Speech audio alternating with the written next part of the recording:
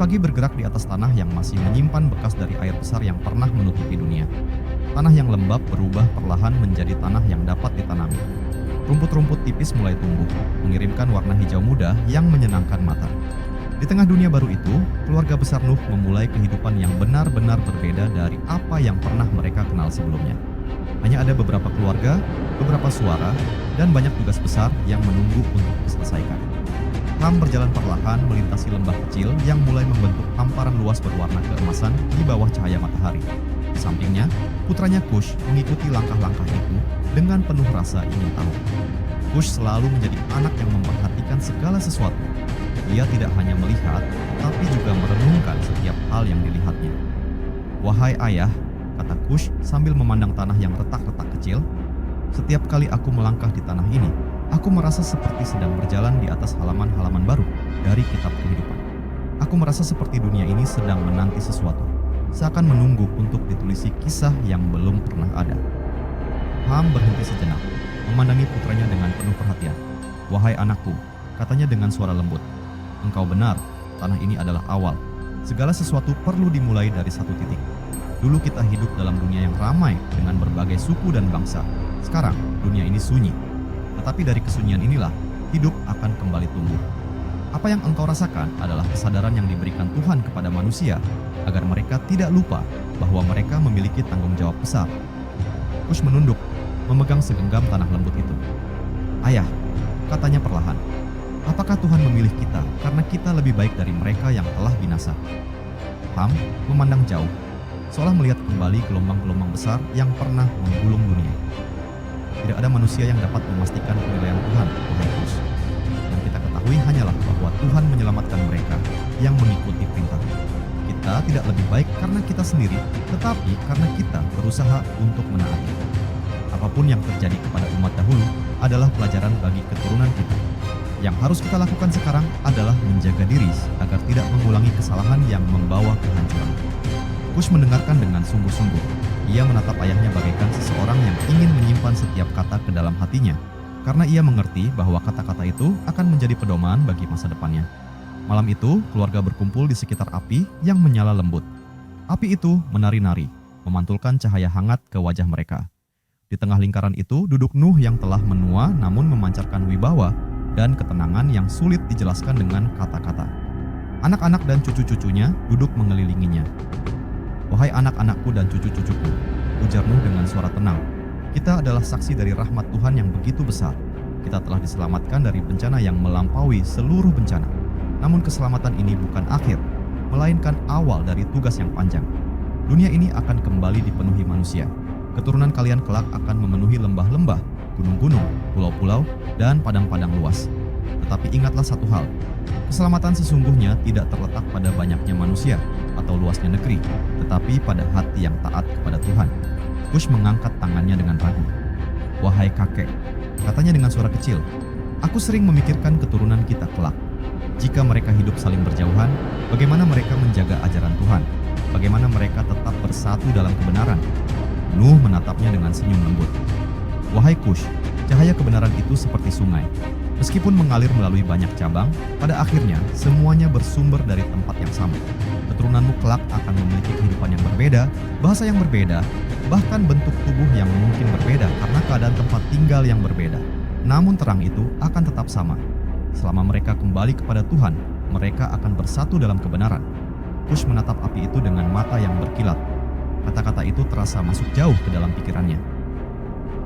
Beberapa hari setelahnya, Ham mengajak Kush berjalan menuju lembah di mana air mengalir dari mata air kecil yang baru terbentuk.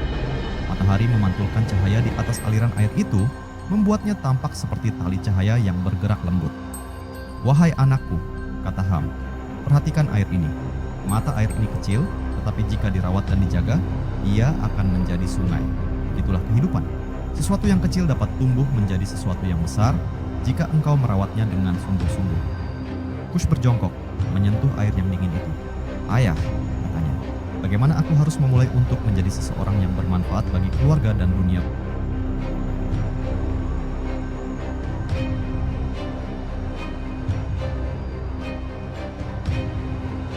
Ham menjawab, Bermulailah dari hal-hal kecil. Kebaikan tidak selalu datang dari perbuatan besar. Kadang kebaikan datang dari cara engkau berbicara, cara engkau menolong, cara engkau menahan amarah, dan cara engkau mengangkat beban orang lain. Jika engkau memulai dari hal yang kecil, Tuhan akan memberikan kesempatan untuk hal-hal yang lebih besar. Kus tersenyum, meski masih tampak ragu. Aku akan berusaha, wahai ayah. Meskipun hatiku sering bimbang, aku ingin melakukan yang benar. Ham menepuk bahunya. Bimbang itu wajar. Yang penting adalah langkahmu terus maju. Ketika engkau bimbang, ingatlah Tuhan. Dengan berjalannya waktu, Kus tumbuh menjadi pemuda yang kuat dan bijaksana. Ia tidak hanya membantu dalam pekerjaan berat seperti memindahkan batu dan membangun tempat tinggal, tetapi juga sering menengahi perselisihan kecil di antara kaum muda yang mulai tumbuh dalam keluarga besar mereka. Setiap kali terjadi salah paham, Kus akan duduk di antara mereka dan berkata dengan suara tenang, "Marilah kita mencari jalan yang terbaik, bukan jalan yang paling mudah." Para pemuda menghormatinya. Mereka melihat ketulusan di matanya, dan itu membuat kata-katanya memiliki bobot. Namun kesibukan dalam kehidupan baru tidak membuat Kus berhenti bertanya-tanya dalam hatinya. Ia sering merenung di tepi sungai, menatap aliran air yang tak pernah berhenti. Suatu sore, Ham mendapati Kus duduk dengan wajah murung. "Ada apa, wahai anakku?" tanya Ham dengan suara lembut. Kus menghela napas panjang. "Ayah, aku bermimpi lagi. Dalam mimpiku, aku melihat keturunan kita menyebar hingga ke tanah-tanah yang jauh. Mereka hidup dalam negeri-negeri yang sangat indah, tetapi aku juga melihat perpecahan, pertengkaran, bahkan peperangan. Aku takut, wahai ayah.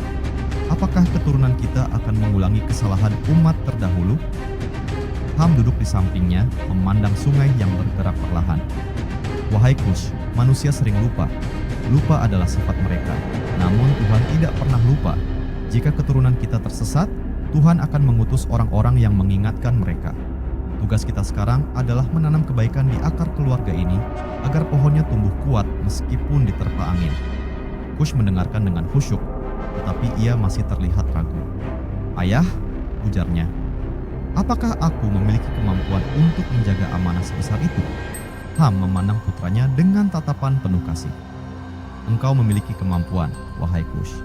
Tuhan tidak menanamkan keinginan dalam hati seorang manusia jika manusia itu tidak mampu menunaikannya." Hari itu menjadi hari yang penting bagi Kus. Perlahan, keraguannya berubah menjadi semangat baru. Semakin lama, Kus semakin dikenal sebagai pemuda yang dapat dipercaya. Ketika ia berbicara, orang mendengarkan. Ketika ia bekerja, orang ikut bekerja. Ketika ia berdoa, orang merasakan ketenangan yang menyertainya. Suatu malam, ketika bintang-bintang bersinar terang bagaikan permata di hamparan langit hitam, Ham memanggil Kus keluar tempat tinggal mereka. Udara malam terasa sejuk, membawa aroma lembut dari pohon-pohon kecil yang mulai tumbuh di sekitar mereka. "Wahai Kus," kata Ham, "aku ingin berbicara denganmu tentang masa depan." Kus berdiri di samping ayahnya, memperhatikan langit. "Aku mendengarkan, wahai ayah." Ham menatapnya dengan serius. "Engkau akan menjadi seseorang yang memimpin bukan hanya dengan kekuatan, tetapi dengan hati. Dunia yang baru ini akan terus berkembang dan manusia akan menghadapi banyak pilihan, termasuk pilihan untuk berbuat salah. Engkau harus menjadi cahaya bagi mereka, bukan untuk menguasai mereka, tetapi untuk membimbing mereka." Kus menelan ludah, merasa tanggung jawab itu begitu besar. "Ayah," katanya, "bagaimana jika suatu hari aku gagal?" Ham meletakkan tangan di dadanya. "Selama engkau kembali kepada Tuhan, engkau tidak akan gagal. Gagal hanya terjadi ketika seseorang berhenti berusaha dan berhenti berharap kepada Tuhan." Kus merasa dadanya menghangat, seolah kata-kata itu menyala di dalam dirinya. Malam itu, setelah berbicara dengan ayahnya, Kus berjalan sendirian ke tepi sungai. Ia berlutut, menatap bayangan bintang yang bergetar di permukaan air. Dengan suara nyaris tak terdengar, ia berdoa, "Wahai Tuhan, aku hanyalah seorang hamba yang penuh kekurangan. Jika Engkau menakdirkanku untuk membawa amanah ini, maka kuatkanlah langkahku. Jangan biarkan aku tersesat oleh bisikan yang membuat hatiku goyah." Angin malam seolah menjawab doanya dengan belayan lembut. Waktu terus berjalan. Anak-anak baru lahir, keluarga besar bertambah, dan kehidupan berkembang semakin maju. Kush membantu mendirikan tempat tinggal yang lebih baik, mengatur pembagian kerja, dan menjadi penghubung antara berbagai keluarga kecil yang mulai tersebar. Ia berjalan ke berbagai arah, memastikan setiap keluarga memiliki air, memiliki makanan, dan merasa aman.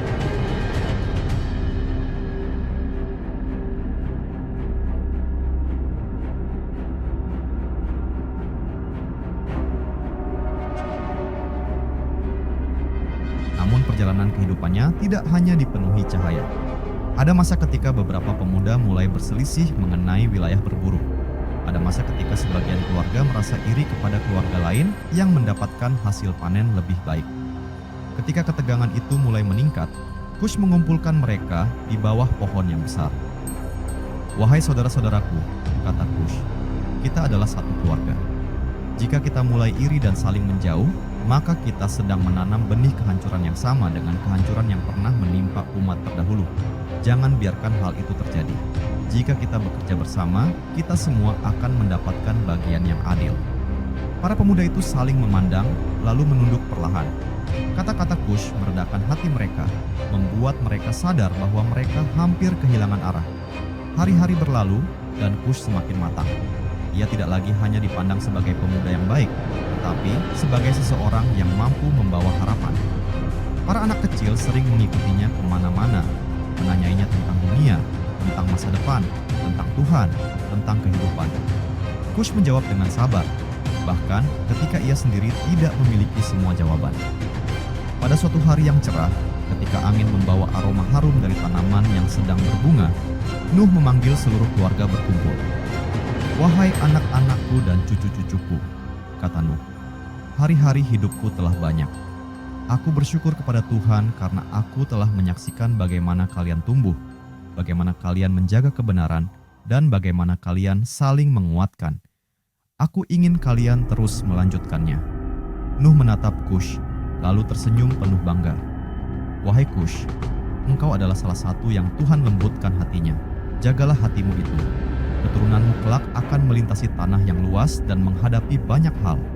Tetapi selama mereka meneladanimu, mereka tidak akan tersesat." Kush menunduk, merasa haru yang mengalir deras. "Wahai kakek," katanya, "aku tidak memiliki apa-apa kecuali keinginan untuk taat. Semoga aku dapat menjaga amanah ini." Nuh menepuk pundaknya. "Tuhan akan menjagamu jika engkau menjaganya." Sejak hari itu, Kush bekerja lebih keras, lebih sungguh-sungguh, dan lebih mendalam dalam menjaga keutuhan keluarga besar mereka. Ia mengajarkan anak-anak untuk tidak sombong, meskipun dunia mulai menghijau. Ia mengajarkan para pemuda untuk menjaga lidah mereka. Ia mengajarkan para orang dewasa untuk saling menghormati. Dan dunia baru itu, yang dahulu sunyi, kini mulai dipenuhi suara tawa, suara doa, suara percakapan, dan suara kehidupan. Kush berdiri di puncak bukit kecil pada suatu sore yang luar biasa indah, memandang lembah yang telah berkembang. Ia melihat anak-anak berlarian, orang dewasa bekerja, dan hewan-hewan yang hidup damai. Matanya berkaca-kaca. "Wahai Tuhan," katanya dalam hati, "jika ini adalah awal dari perjalanan keturunanku, maka aku mohon Engkau menjaganya hingga akhir zaman." Angin sore meniup lembut, seolah membawa doa itu ke seluruh lembah. Dan begitulah, kisah panjang perjalanan Kush bin Ham dimulai, sebuah kisah yang akan mengalir dari generasi ke generasi, melewati batas waktu, dan membentuk wajah umat manusia. Hari-hari berlalu, dan dunia baru terus menampakkan perubahan yang menakjubkan. Tanaman yang dahulu hanya tumbuh jarang-jarang kini mulai memenuhi lembah. Pohon-pohon yang ditanam dengan kesabaran tumbuh meninggi, memberikan keteduhan bagi keluarga besar itu. Hewan-hewan yang dulu hanya beberapa jenis kini berkembang biak, memberi tanda bahwa alam telah kembali menemukan keseimbangannya. Kush mengamati perubahan-perubahan itu dengan perasaan yang campur aduk antara syukur dan rasa tanggung jawab yang semakin besar. Setiap kali ia memandang lembah, ia teringat bahwa dunia ini bagaikan permadani luas yang harus dijaga dari goresan-goresan yang dapat merusaknya. Suatu pagi, ketika matahari baru saja muncul dan menyinari embun di dedaunan, seorang pemuda bernama Yafid, salah satu sepupu Kush, menghampirinya dengan wajah tegang. "Wahai Kush," katanya sambil menahan napas, "aku ingin berbicara denganmu tentang sesuatu yang penting." Kush menghentikan pekerjaannya mengikat kayu dan menatapnya penuh perhatian. Katakanlah, wahai Yafid, apa yang membuatmu tampak sangat gelisah? Yafid menelan ludah, lalu berkata, beberapa pemuda dari keluarga lain sedang berselisih. Mereka memperebutkan sebidang tanah di dekat sungai. Mereka merasa bahwa tanah itu milik keluarga mereka karena mereka menemukan tempat itu terlebih dahulu. Namun, keluarga lain mengatakan bahwa mereka telah bekerja lebih keras mengolah tanah di sekitarnya. Perselisihan ini mulai memanas. Aku khawatir akan terjadi sesuatu yang tidak kita inginkan. Kush menarik napas panjang. Ia sudah mendengar desas-desus tentang hal itu, tetapi ia tidak menyangka bahwa situasinya sudah sejauh itu. Ayo, bawa aku kepada mereka, kata Kush.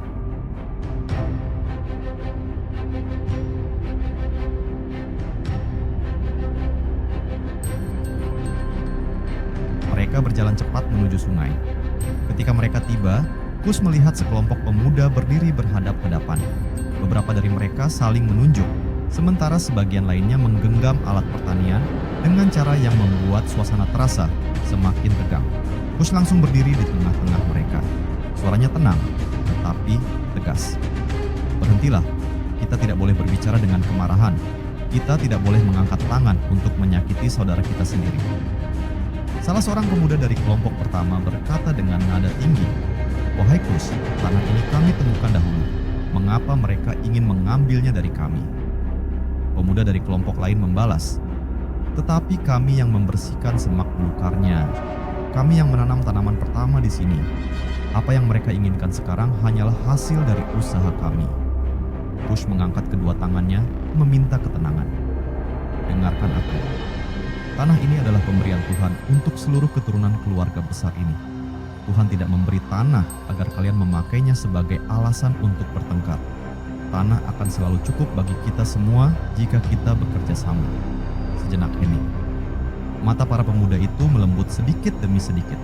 Kush melanjutkan, jika kalian berselisih karena masing-masing merasa telah berusaha, maka mari kita lakukan ini dengan adil. Kita bagi tanah ini berdasarkan pekerjaan nyata yang telah dilakukan. Dan untuk wilayah yang masih kosong, kita kerjakan bersama. Dengan begitu, tidak ada yang merasa dirampas dan tidak ada yang merasa lebih berhak dari yang lain. Seorang pemuda yang paling keras sebelumnya kini menunduk, berkata, wahai Kush, aku meminta maaf. Amarah telah menguasai pikiranku. Kata-katamu benar, kita adalah keluarga.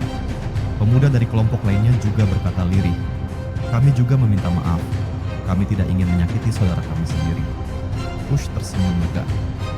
Ketahuilah, wahai para pemuda, perselisihan adalah pintu kecil menuju kehancuran besar. Jika pintu itu kalian biarkan terbuka, maka ia akan menghancurkan apa yang telah kita bangun dengan susah payah. Para pemuda itu saling menatap, lalu saling mendekat, mengulurkan tangan satu sama lain. Suasana pun berubah dari ketegangan menjadi kedamaian. Kush berdiri di tengah mereka, merasa bersyukur karena kata-kata lembut masih mampu meredakan hati manusia. Setelah urusan itu selesai, Kush duduk di tepi sungai. Angin bertiup pelan, membawa suara air yang mengalir membasuh bebatuan. Yafid duduk di sampingnya. Wahai Kush, kata Yafid, engkau selalu berhasil menenangkan hati orang. Aku kadang bertanya-tanya, dari mana engkau mendapatkan ketenangan itu? Kush tersenyum tipis. Aku tidak setenang yang engkau kira. Aku juga memiliki rasa takut. Aku juga pernah marah dan pernah merasa tidak mampu. Tetapi aku selalu mengingat kata-kata ayahku bahwa manusia harus menanam kebaikan mulai dari hal kecil. Jika hati manusia diisi kebaikan sedikit demi sedikit, maka ketika ia menghadapi masalah besar, ia tidak akan kehilangan arah. Yafid mengangguk. Aku ingin belajar darimu. Kau tidak perlu belajar dariku, jawab Kush. Belajarlah dari kehidupan, dari ayahmu, dari paman-pamanmu, dari alam yang Tuhan ciptakan. Semua itu mengajarkan banyak hal. Hari terus berganti, tahun pun berlalu. Keluarga besar itu semakin berkembang. Anak-anak baru lahir, tumbuh besar, lalu menikah dan memiliki keluarga sendiri. Perlahan, mereka mulai bersikir untuk menyebar ke wilayah-wilayah yang lebih jauh. Mereka ingin mencari lembah baru, tanah baru, dan tempat-tempat yang dapat mendukung kehidupan yang semakin ramai. Suatu malam, ketika bulan penuh menggantung besar di langit, Ham memanggil Kush ke sebuah tempat yang tenang, jauh dari suara tawa keluarga. "Wahai Kush," kata Ham, "waktumu sebagai pemuda telah berakhir. Kini engkau telah menjadi seseorang yang matang dan mampu menuntun banyak orang. Aku bangga melihat bagaimana engkau menjaga keluarga besar ini dari perpecahan." Kush menunduk. "Semua karena ajaran ayah dan kakek. Aku hanyalah seseorang yang berusaha mengikuti apa yang diajarkan." Ham menggeleng perlahan. "Tidak, wahai anakku, engkau bukan hanya mengikuti, engkau telah memperluasnya. Engkau telah menanamkan nilai-nilai itu ke hati orang-orang. Itu adalah karunia yang tidak dimiliki semua orang." Kush terdiam, meresapi setiap kata.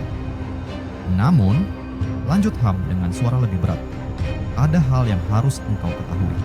Keluarga kita akan segera tersebar. Sebagian ingin menuju ke gunung, sebagian ingin menuju ke lembah selatan, sebagian ingin mengikuti sungai ke arah hulu. Jika mereka pergi tanpa panduan, mereka mungkin akan tersesat, baik dari segi jalan maupun dari segi hati." Kush menatap ayahnya. "Apa yang harus aku lakukan, wahai ayah?" Ham mendekat dan memegang kedua bahu Kush. "Engkau harus menjadi seseorang yang menyampaikan pesan terakhir dari keluarga ini sebelum mereka berpencar. Engkau harus mengingatkan mereka tentang Tuhan, tentang kebenaran, tentang pentingnya menjaga hati."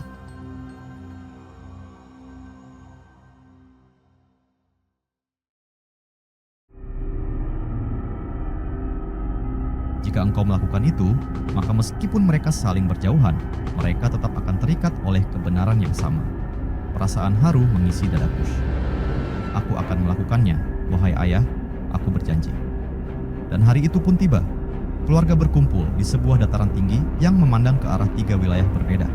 Pemandangan itu sangat indah, tetapi juga menyimpan rasa haru karena mereka tahu bahwa mereka akan segera berpisah. Kush melangkah ke depan. Semua mata tertuju padanya. Anak-anak kecil berhenti bermain, para ibu menenangkan bayi-bayi mereka. Para ayah berdiri tegak, dan para pemuda menahan napas menunggu setiap kata yang akan keluar dari mulutnya. "Wahai saudara-saudaraku," ujar Kush, "hari ini adalah hari yang akan kita ingat hingga akhir hayat. Kita akan berpencar, bukan karena perpecahan, tetapi karena kehidupan menuntut kita untuk tumbuh dan mengisi dunia ini. Namun ingatlah satu hal yang tidak boleh kalian lupakan. Tuhan telah menyelamatkan nenek moyang kita dari air besar, bukan agar kita hidup dengan kesombongan, melainkan agar kita hidup dengan ketaatan dan kasih sayang." Ia berhenti sejenak. Mata semua orang tertuju padanya.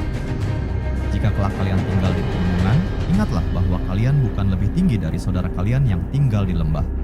Jika kalian tinggal di tanah yang subur, jangan merasa lebih mulia dari mereka yang tinggal di tanah yang keras. Dan jika kehidupan kalian menjadi lebih mudah, jangan pernah melupakan saudara-saudara kalian yang hidup dalam kesulitan. Karena kita berasal dari satu akar, dan akar itu adalah kebenaran." Orang-orang mulai meneteskan air mata. Tidak ada yang menyangka bahwa kata-kata itu akan mengguncang hati mereka sedalam itu. Kush melanjutkan dengan suara yang lebih pelan, namun syarat makna. "Jaga hati kalian. Jangan biarkan amarah menguasai pikiran kalian. Jangan biarkan iri merusak keluarga kalian. Jangan biarkan kesombongan memisahkan kalian dari kebenaran." Suasana menjadi sunyi. Angin sore yang lembut seakan ikut mendengarkan. "Dan jika suatu hari keturunan kita terpisah sangat jauh hingga mereka tidak lagi mengenal satu sama lain, semoga kebenaran yang kita jaga pada hari ini menjadi cahaya yang akan mempersatukan mereka kembali." Orang-orang menangis. Mereka mendekat, memeluk satu sama lain, memeluk Kush, memeluk Ham, memeluk anak-anak mereka. Momen itu menjadi titik penting dalam perjalanan keluarga besar itu. Keesokan harinya, mereka berpencar menuju 3 arah berbeda, membawa harapan, membawa doa, dan membawa pesan yang akan turun-temurun dalam darah mereka. Kush berdiri di atas bukit, memandang mereka pergi dengan perasaan berat, namun penuh kebanggaan. Ia tahu bahwa hari itu bukanlah perpisahan, tetapi awal dari perjalanan panjang bangsa manusia. Angin pagi menyapa wajahnya. Matahari naik perlahan di ufuk timur, menyinari jalur-jalur yang ditempuh keluarganya. "Wahai Tuhan," bisik Kush, "bimbinglah langkah mereka, bimbinglah keturunan kami, jagalah mereka dari kegelapan." Dan dunia yang luas itu pun kembali menjadi saksi dari permulaan yang baru. Kush masih berdiri di puncak bukit itu lama setelah keluarganya menghilang dari pandangan. Cahaya matahari terus bergerak naik, dan bayangan panjang pepohonan berubah bentuk mengikuti gerak waktu. Ham mendekatinya dari arah belakang, berjalan perlahan agar tidak mengganggu renungan putranya. "Wahai anakku," ujar Ham dengan suara rendah, "engkau memandang mereka seolah engkau dapat melihat masa depan di balik langkah mereka." Kush menoleh dengan senyum suram. Wahai ayah, hati ini terasa hangat namun juga berat. Aku melihat harapan, tetapi aku juga melihat bayang-bayang kemungkinan yang mungkin tidak dapat aku kendalikan. Mereka akan membangun kehidupan baru, tetapi kehidupan tidak selalu berjalan sesuai keinginan manusia. Ham menepuk bahu putranya dengan lembut. Tugasmu bukan mengendalikan masa depan, tugasmu adalah menanam pesan yang dapat bertahan menghadapi masa depan. Engkau telah melakukannya. Kush tersenyum kecil, tetapi matanya masih memandang ke arah cakrawala. Ayah, katanya pelan, aku ingin mengikuti rombongan yang menuju dataran selatan. Aku ingin melihat bagaimana mereka membangun permulaan yang baru. Ham mengangguk. Pergilah, aku akan tetap di lembah ini bersama beberapa keluarga yang memilih tinggal. Ketika engkau kembali, ceritakan kepadaku apa yang engkau lihat. Kush memeluk ayahnya dengan hangat. Aku akan kembali, wahai ayah. Keesokan paginya, Kush memulai perjalanan panjang menuju dataran selatan. Ia berjalan melintasi bebatuan yang mulai dihiasi lumut, melewati padang rumput yang menguning karena terkena matahari, dan menyusuri aliran sungai yang menuruni lembah. Sepanjang perjalanan, Kush melihat jejak-jejak keluarga yang berangkat lebih dulu. Ada bekas api unggun yang padam, ada ranting yang patah, ada jejak kaki kecil anak-anak yang berlari penuh keceriaan menuju kehidupan baru.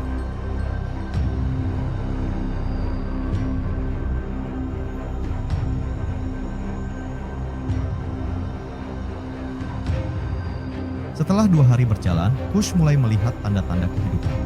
Suara tawa anak-anak terdengar dari antara pepohonan, dan aroma masakan yang mengepul dari perapian membawa rasa hangat ke dalam hati.